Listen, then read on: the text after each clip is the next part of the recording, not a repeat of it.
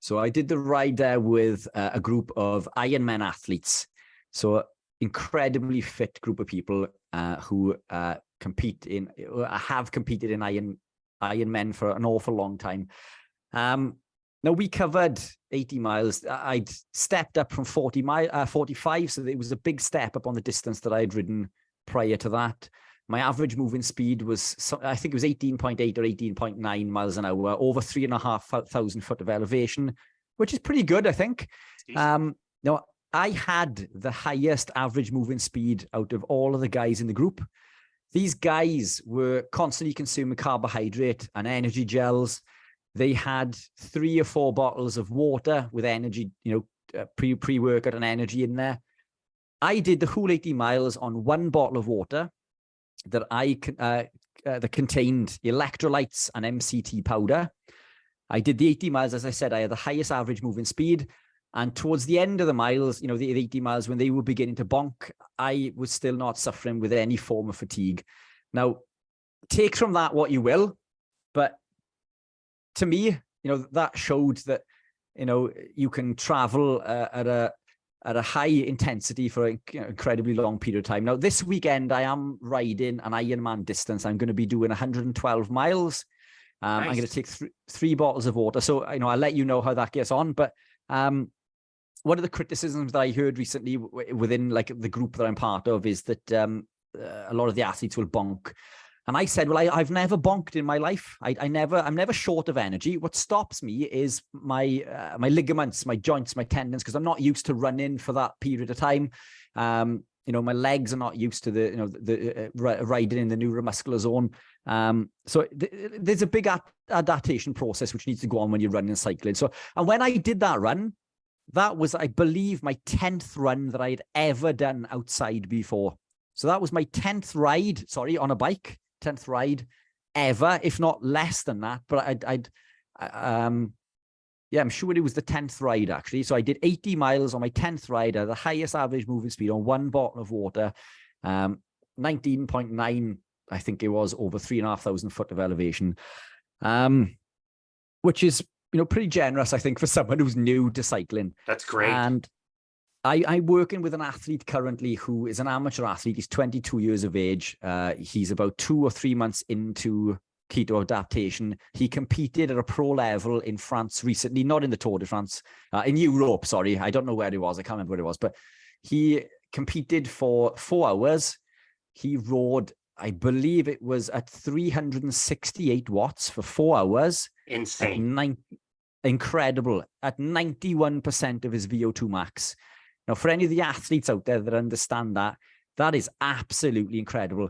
He did that entire ride on my electrolytes, which we produce, MCT powder, C8 powder, and exogenous ketones. And the reason that we can do this is that a carb athlete will store energy as glycogen.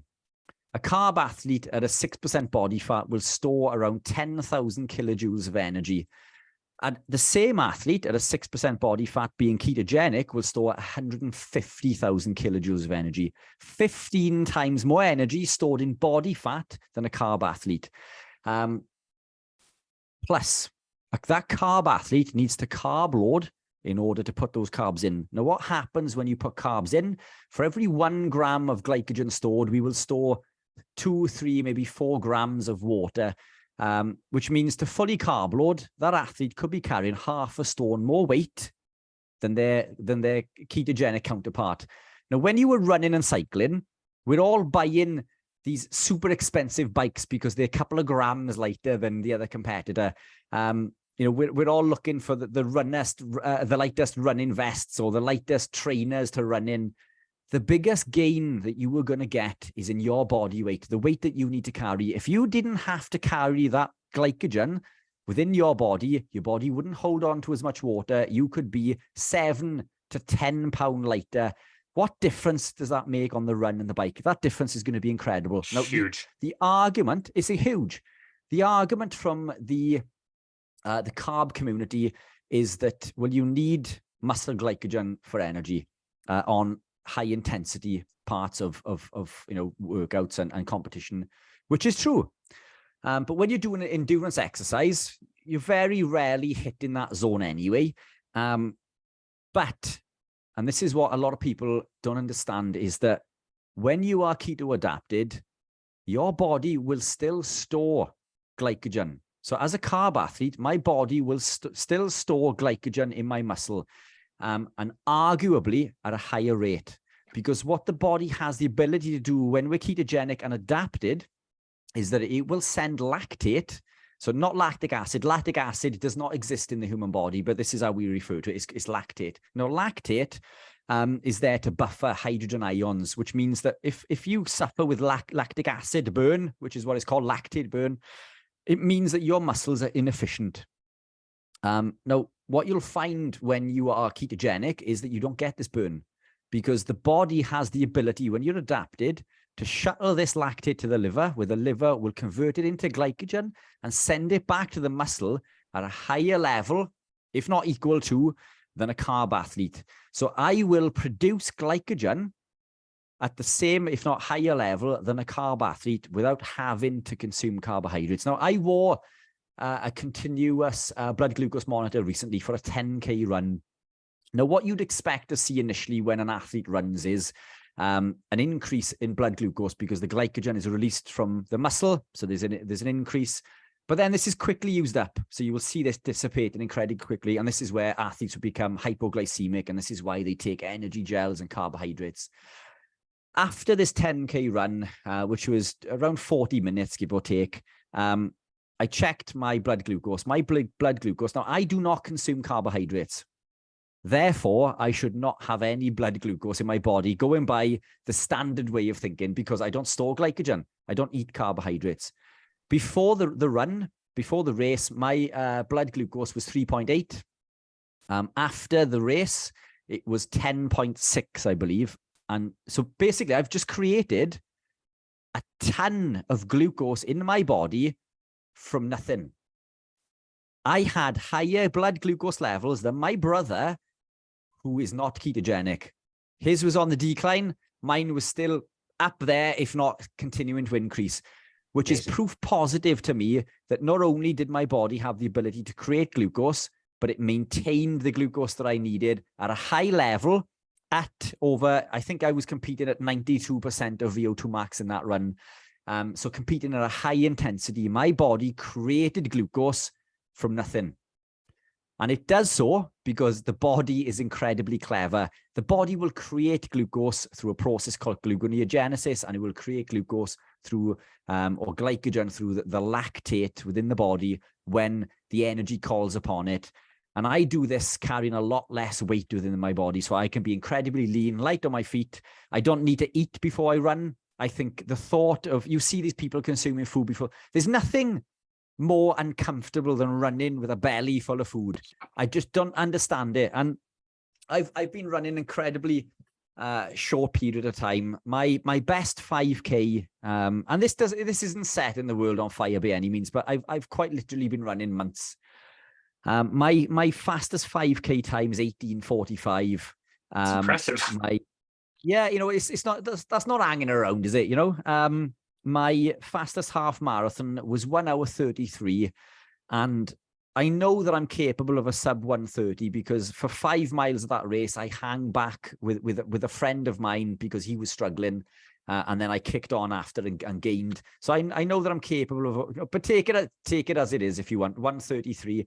And that was the second time I'd ever even ran a half marathon. You know, I've ridden 80 miles at 19.9, whatever it is, on a 3,500 foot of elevation.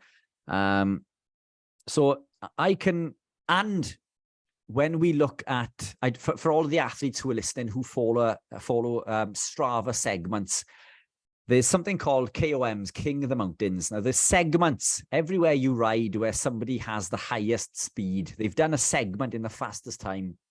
On a lot of segments local to me, with tens of thousands of really good athletes who train on these areas, I'm number one in this year on some of them. Number one, and there's some incredible athletes on there. So number one this year, and I'm in the top 10 of all time on some of these segments. Now that is incredible. So that's another argument that people say, well, you need carbohydrates for the explosive movements. You don't. You do not hit carb. It's phosphocreatine. It's the phosphocreatine energy system that allows us that explosive movement. You do not touch the glycolytic energy system until maybe after 30 seconds. And this is debatable. I mean, it could be 10 up to 30 seconds, and depending on whether you're supplementing with creatine monohydrate. But I do. And I can supply energy to that system for a long period of time. But then we've just broken down the whole glycolytic energy system anyway, because my body can utilize glucose or glycogen. And some of these are 10, 20 seconds long, and some of these segments are 2 minutes. And I'm scored incredibly high. I'm up there with some incredible athletes on the list local to me. But yet it falls on deaf ears. You tell people locally about the benefits of being ketogenic and the benefits of ketones, and it's like, no, so-and-so on telly says blah, blah, blah. Well, you need to ask yourself, why are they taking pictures of the food they eat? Why are they telling you that they're on carbohydrates? If you were an elite athlete and you had something that was giving you an advantage over everybody else, are you going to tell them this is what I eat before my race? Or are you more likely inclined to show somebody an image of food to put them off what you were doing? And I'm not saying that's what the athletes are doing, but that's what I would do for certain if I was competing and didn't want to promote the lifestyle. But as you rightly say, almost every team, if not every team in the Tour de France, supplements with exogenous ketones, because my body creates them naturally, your body creates them naturally. But even a carbohydrate athlete who supplements with exogenous ketones will benefit from the supplementation from those ketones, because a carb athlete is not metabolically flexible, which means they can only use predominantly glucose for fuel. They're inefficiently using fat when it gets into the fat burning zone. But beta hydroxybutyrate, exogenously, which means taken orally or from outside the body, will still take preference within the body. It will still be preferenced for energy over glucose. So a carb athlete who is just filled up with glycogen for their long ride, who takes exogenous ketones, the body will preferentially use the ketones over the glucose, meaning that when it comes to that time their body needs the glucose, it's still stored in their muscle as glycogen, which means they can hit the fat burning zone and they can ride a lot longer without having to bonk, because they are preserving their glycogen levels. Even one shot of MCT oil or powder can preserve glycose stores for up to an hour, depending on intensity, which is absolutely incredible. And ketones do this at an incredible level. Your body does this, my body does this, but I still take ketones. I take ketones for mental clarity, because even though I'm up there, it puts me up there. I take them on a daily basis for cognition. So coming on, so this is what I've got. This is what I'm drinking now, is exogenous ketones. So I'm firing on all cylinders. I'm completely compos mentis. I can think of big, long words that maybe I couldn't if I was tired.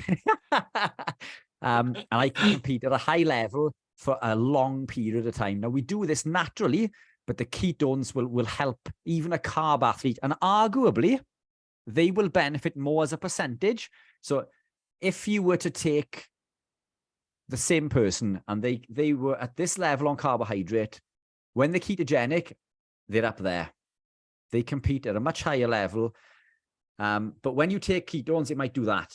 But if you're a carb athlete and you take ketones, it's going to increase your athletic performance incredibly. So as a percentage, a carb athlete will benefit more than an adapted keto athlete would through the supplementation, because their body's already using it. So carb athletes will benefit more from exogenous ketones. Now, it will help with energy, mental clarity, focus. So your vision and your concentration is pinpoint. So when you're taking these fast corners or you're thinking of things, your brain is firing on all cylinders. But it also helps with recovery, because it reduces inflammation. It blocks a pathway called NLRP3 inflammasome. So it helps with recovery. It also, taken after the event, will increase EPO.